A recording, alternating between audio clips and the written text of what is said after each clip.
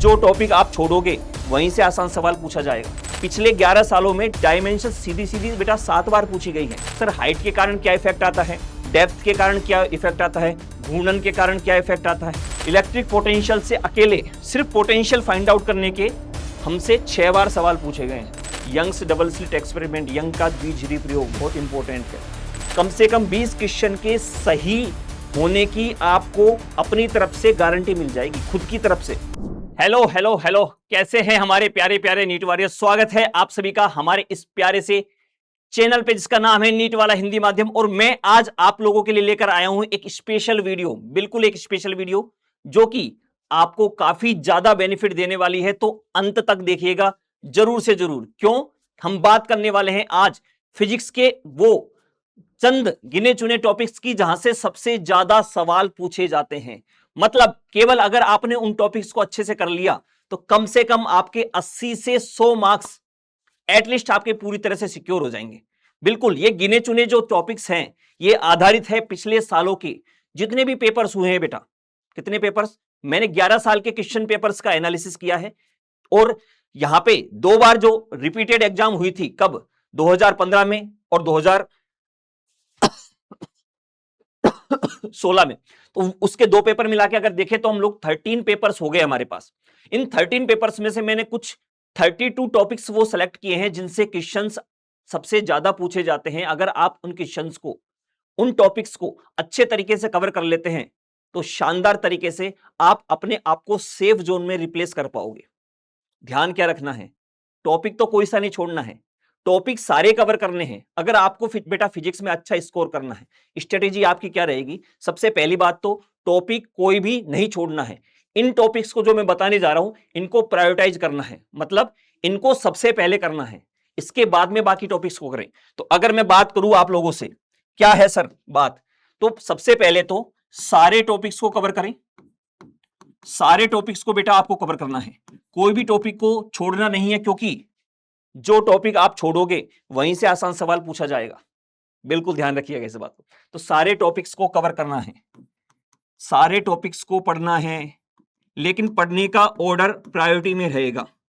पढ़ने का order priority में रहेगा। जो ये 32 टॉपिक्स है आगे की स्लाइड में दिए गए 32 टॉपिक्स को पहले पढ़ें।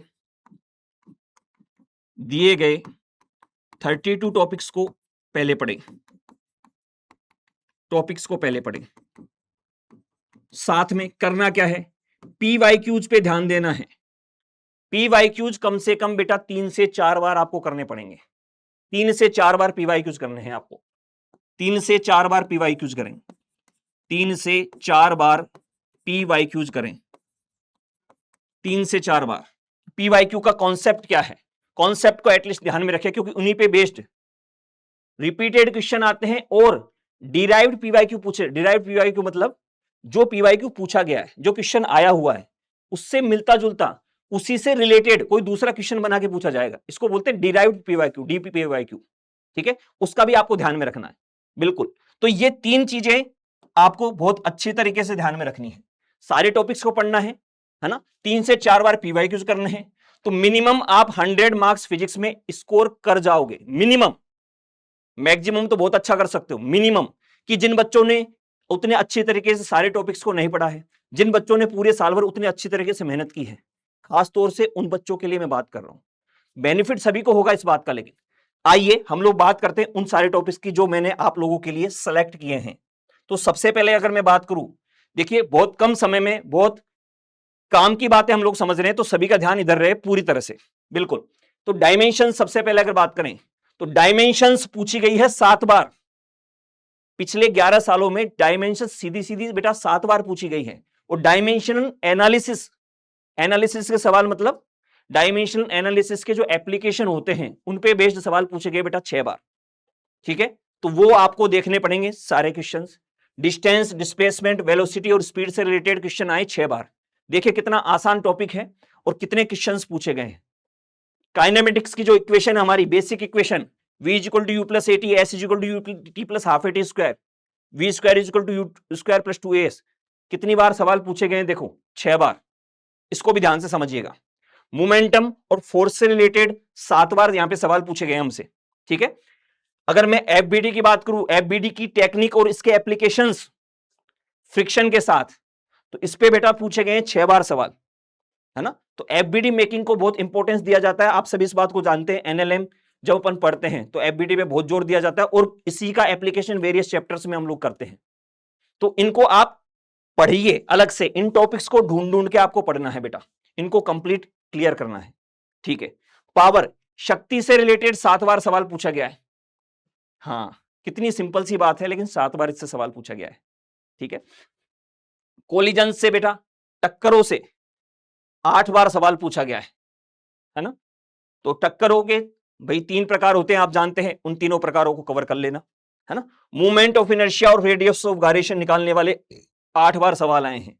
मूवमेंट ऑफ इनर्शिया निकालना आना चाहिए। जो बच्चे बोलते हैं ना कि रोटेशनल मोशन सर बहुत टफ चैप्टर है, हाँ मैं भी मानता हूं बेटा टफ चैप्टर है बाकी के चैप्टर के कंपैरिजन में, लेकिन इसका जो ये वाला पोर्शन है, कौन सा, मूवमेंट ऑफ इनर्शिया और रेडियस ऑफ गायरेशन वाला, भाई रेडियस ऑफ गायरेशन क्या होती है, मूवमेंट ऑफ इनर्शिया को हम एम के स्क्वायर से कंपेयर कर देते हैं, तो के की वैल्यू क्या होती है, रेडियस ऑफ गायरेशन, परिभ्रमण की त्रिज्या, उसी को बोलते हैं ना अपन।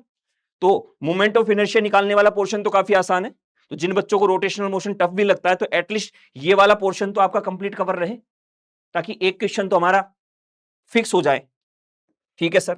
अगला टॉपिक है हमारा बेटा ग्रेविटेशनल एक्सेलरेशन।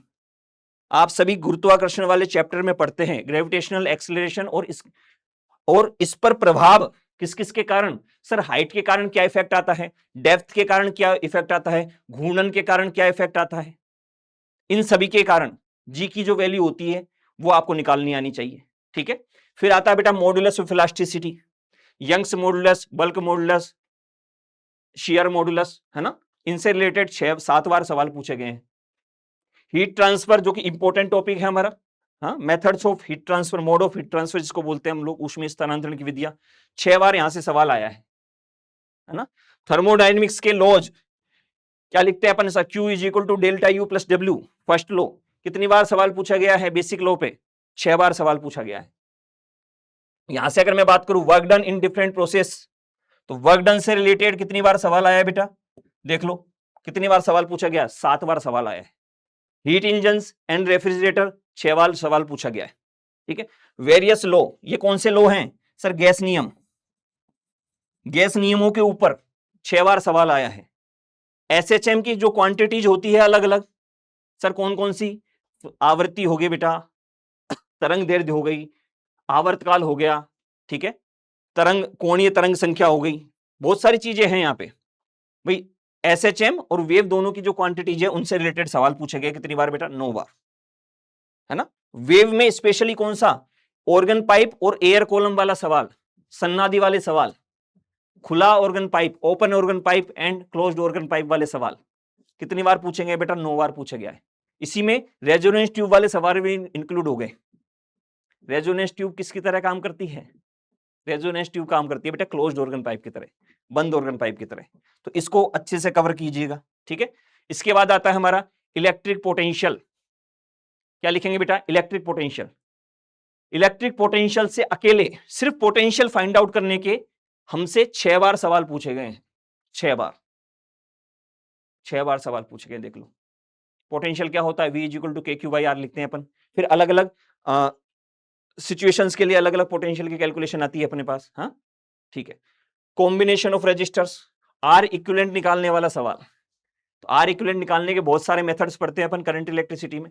अगर आप कॉम्बिनेशन ऑफ रेजिस्टर्स सीख जाते हैं अच्छे से, तो इसी का यूज करके हम लोग इक्विवेलेंट कैपेसिटेंस निकालना सीखते हैं। दोनों में इनवर्स का फर्क रहता है, आप सभी जानते हैं। एप्लीकेशंस ऑफ ओम्स लॉ, यहां से 10 सवाल पूछे गए, देखो कितनी ज्यादा वेटेज है, मतलब एक सवाल तो हर साल पूछा ही गया, एक सवाल तो कम से कम कंफर्म हो गया यहां से, इस वाले चैप्टर से, इस वाले टॉपिक से। चैप्टर नहीं, सिर्फ टॉपिक है ये, पूरे चैप्टर की बात नहीं कर रहे अपन, सिर्फ और सिर्फ किसकी बात कर रहे हैं बेटा, टॉपिक की बात कर रहे हैं, ठीक है।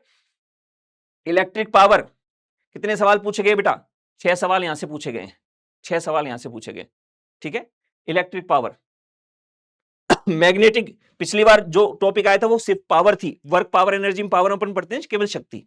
यहाँ पे इलेक्ट्रिकल पावर की बात हो रही, मतलब I² R V² upon R V into I वाला सेगमेंट, फिर आता है सर मैग्नेटिक फील्ड की जो कैलकुलेशन करते हैं हम अलग अलग एलिमेंट के कारण, किस किस के कारण सर, स्ट्रेट वायर के कारण, आर्क के कारण, ठीक है, तो अलग अलग चकती के कारण, या फिर आप करते रिंग के कारण, रिंग के कारण मैग्नेटिक फील्ड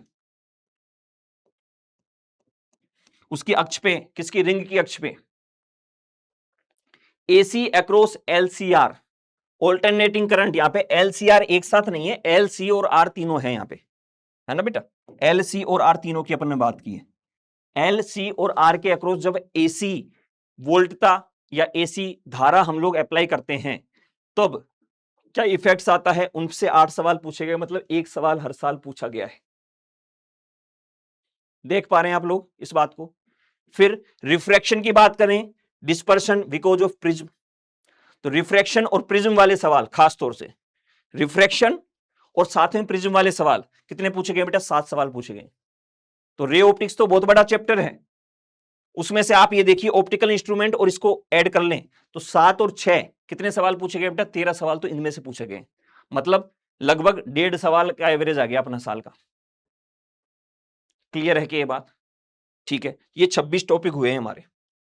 आगे देखिए वाईडीएसी सेटअप और पोलराइजेशन, वाईडीएसी सेटअप और पैटर्न से 8 सवाल पूछे गए। Young's double slit experiment, Young का द्विझिरी प्रयोग बहुत इंपॉर्टेंट है, बहुत इंपॉर्टेंट है, उससे रिलेटेड पीवाईक्यू जरूर कर लीजिए, है ना, एक सवाल एवरेज पूछा गया है। पोलराइजेशन से 6 सवाल पूछे गए हैं, आसान है पोलराइजेशन, भाई 2 ही तो नियम है, कौन कौन सा है, एक तो ब्रूस्टर का नियम, मेलस का नियम, बस 2 ही तो नियम है, उन्हें पढ़ लो, क्लियर है। फोटो इलेक्ट्रिक इफेक्ट, देखो कितना आसान टॉपिक, फोटो इलेक्ट्रिक इफेक्ट। आसान किस हिसाब से बोल रहा हूं मैं, आसान इस हिसाब से बोल रहा हूं क्योंकि फॉर्मूला एक ही है, सिर्फ फॉर्मूला एक ही है, क्या है sir, K E maximum is equal to H nu minus phi naught, इसी के अराउंड सारे क्वेश्चंस पूछे जाते हैं, ठीक है। इनके ग्राफ जरूर देख लीजिएगा इसमें फोटो इलेक्ट्रिक इफेक्ट में, ठीक है। De Broglie wavelength, sir lambda is equal to क्या लिखते हैं हम लोग, h upon p, h upon p, उस पे बेस्ड सवाल पूछे गए 12, हर साल एक से भी ज्यादा का एवरेज आ गया, है ना।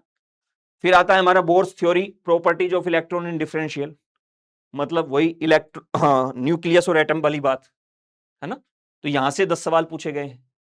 लॉजिक गेट से आपसे 12 सवाल आए, 12 सवाल, कोई कोई साल तो ऐसा है जहां से 2-2 सवाल पूछे गए। तो ये बहुत बहुत इंपॉर्टेंट, आप ये देखिए कितना मेजर पोर्शन हो गया यहां से, फोटो इलेक्ट्रिक इफेक्ट।